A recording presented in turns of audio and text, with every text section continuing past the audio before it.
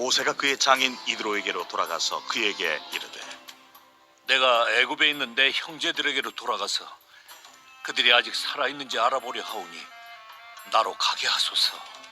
이드로가 모세에게 평안히 가라. 여호와께서 미디안에서 모세에게 이르시되 애굽으로 돌아가라. 내 목숨을 노리던 자가 다 죽었느니라. 모세가 그의 아내와 아들들을 나귀에 태우고 애굽으로 돌아가는데 모세가 하나님의 지팡이를 손에 잡았더라. 여호와께서 모세에게 이르시되 네가 애굽으로 돌아가거든 내가 내 손에 준 이적을 바로 앞에서 다 행하라. 그러나 내가 그의 마음을 완악하게 한즉 그가 백성을 보내주지 아니하니니 너는 바로에게 이르기를 여호와의 말씀에 이스라엘은 내 아들 내 장자라. 내가 네게 이르기를 내 아들을 보내주어 나를 섬기게 하라 하여도 네가 보내주기를 거절하니 내가 내 아들 네 장자를 죽이리라 하셨다 하라. 모세가 길을 가다가 숙소에 있을 때에 여호와께서 그를 만나사 그를 죽이려 하신지라. 십보라가 돌칼을 가져다가 그의 아들의 포피를 베어 그의 발에 갖다 대며 이르되 당신은 참으로 내게 피 남편이로다. 여호와께서 그를 놓아주시니라. 그때에 십보라가 피남편이라 함은 할례 때문이었더라. 여호와께서 아론에게 이르시되 광야에 가서 모세를 맞으라. 그가 가서 하나님의 산에서 모세를 만나 그에게 입맞추니 모세가 여호와께서 자기에게 분부하여 보내신 모든 말씀과 여호와께서 자기에게 명령하신 모든 이적을 아론에게 알리니라.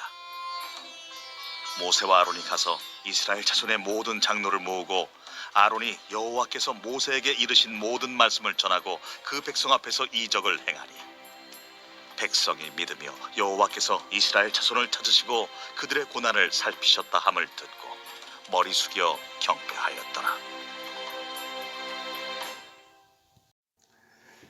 애굽으로 가라는 하나님의 말씀에 그렇게 모세는 버팅기다가 아론과 함께 가게 될 것이다 라는 말을 듣고서야 겨우 용기를 내보지만 그러나 여전히 확신은 없었습니다. 자신을 통해 하나님이 이스라엘 백성들을 구원하게 하시려는 그런 계획을 여전히 온전하게 믿고 있지는 못하는 눈치입니다.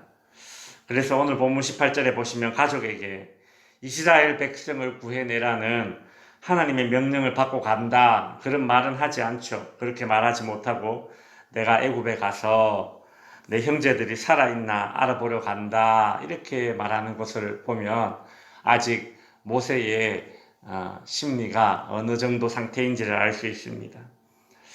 그러다가 하나님께서 19절에서 하나님께서 모세에게 네 목숨을 노리던 자가 다 죽었다라는 말씀을 해주시죠. 하나님께서 모세가 애굽에 갈 수 있도록 그 환경을 애굽의 환경을 다 만들어 놓으신 것입니다. 그제서야 모세는 좀 안심이 되는 것입니다. 모세의 아내와 아들들을 데리고 이제 애굽으로 가고자 합니다. 제가 목회를 하면서 정말 뼈저리게 깨닫게 되는 것은 늘 하나님은 하나님 본인 스스로 일이 되어지도록 모든 환경을 이렇게 만들어 놓으신다라는 것입니다. 수많은 반대와 장애물이 있는 환경이라 할지라도 하나님께서 되게 해주시도록 하나님께서 환경을 다 만들어 주시는 것이죠. 때로는 이미 늦었다 싶은 그런 일들도 있습니다. 그러나 늦었다 싶은 때에도 하나님이 그에 맞게 또 환경을 또 다 만들어 주십니다. 상대방의 마음을 움직이는 것도 내 마음에 그 일을 감당할 수 있는 용기가 생기는 것도 이 모든 것들은 다 하나님께서 만들어 주시는 것이죠. 그러니 그 하나님을 믿고 신뢰할 수 있어야 하는 것입니다. 모세와 그의 가족이 애굽으로 가는 길이 순탄치가 않습니다. 24절에 보시면 모세가 길을 가다가 숙소에 있을 때에 여호와께서 그를 만나서 그를 죽이려 하신지라 이런 말이 나옵니다. 이게 참 난해한 본문 가운데 하나인데 갑자기 이게 무슨 일일까? 도대체 무슨 일이 벌어졌을까요? 아마도 모세가 질병에 걸렸을 것으로 추정이 됩니다. 하나님께서 모세에게 죽을 정도로 큰 병을 걸리게 하셨던 것 같습니다. 자, 이렇게 보면 조용기 목사님이나 하영조 목사님이나 우리나라에 이렇게 굵직굵직한 큰 그런 목회의 진짜 큰 어른들을 보면 하나같이 다 죽을 고비를 넘기셨던 것 같아요. 그런 극한의 상황에 그들이 놓여지고 거기서 하나님의 건지심을 받고 나서 그들이 한국 교회를 위해서 얼마나 크게 쓰임 받았습니까? 저는 오늘 본문도 그렇게 보여져요. 하나님께서 모세의 마음에 아주 강한 살아계신 하나님에 대한 확신을 주기 위해서, 또 모세뿐만 아니라 모세의 가족도 지금 같이 가고 있는데 이 가족도 하나님이 살아계신 하나님이라는 걸 통째로 알아야 되지 않겠습니까?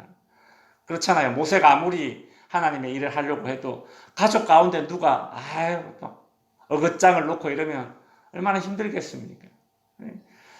모세의 온 가정을 통째로 사용하시려는 그런 하나님의 큰 그림을 보는 것 같습니다. 오늘 성경 본문에는 모세의 아들들이 할례를 받지 않았기 때문에 하나님께서 그리 하셨다라고 하죠. 할례를 받지 않았다라는 말은 뭐예요? 모세의 아들들이 여전히 하나님의 백성이 되지 못했다라는 거예요. 그러니까 애굽으로 가서 하나님의 일을 하는 것에 대해서, 아버지가 그 일을 하러 가는 것에 대해서 아들들이 뭔가 탐탁지 않았다는 것인데, 그 가족까지도 온전한 믿음으로 지금 묶으려고 아마 이렇게 하신 것 같습니다. 26절에 보면 모세의 아내가 아들들에게 할례를 행했을 때에 26절에 하나님이 모세를 놓아주시니라 라는 말이 나오지 않습니까?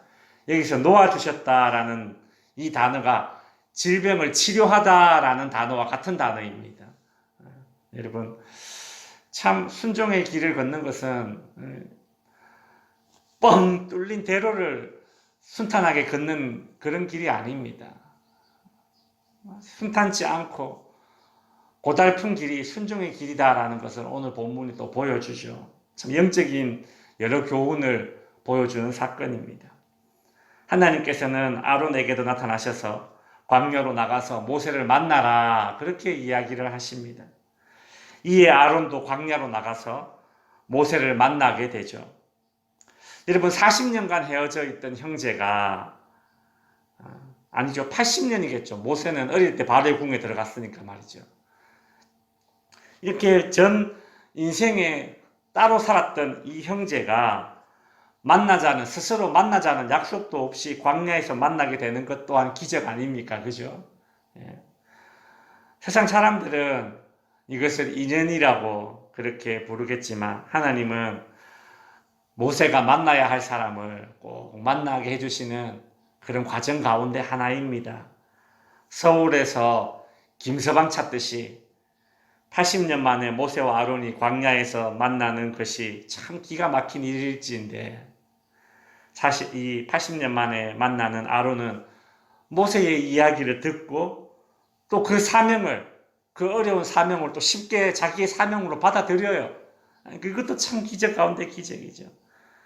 모든 것이 하나님의 계획대로 착착, 하나님의 말씀대로 착착 되어지는 것을 볼 수 있습니다. 여러분, 참 하나님의 계획은 한치 오차도 없습니다. 다만 내 때와 내가 원하는 방식과 달랐을 뿐이지 하나님의 계획은 한치 오차도 없으세요. 우리가 이것을 늘 믿는 믿음이 우리 안에 있어야 합니다. 이제 말씀을 정리하겠습니다.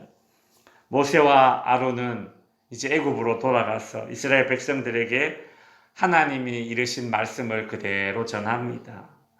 이스라엘 백성들의 반응은 어떻습니까?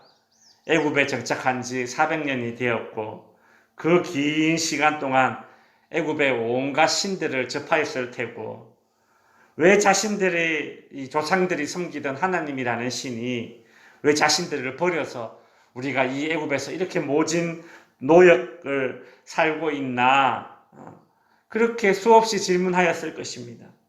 그러나 모세와 아론의 이야기를 듣게 된 이스라엘 백성들의 반응은 31절에 나오죠. 백성들이 믿으며 마지막에 어떻게 해요?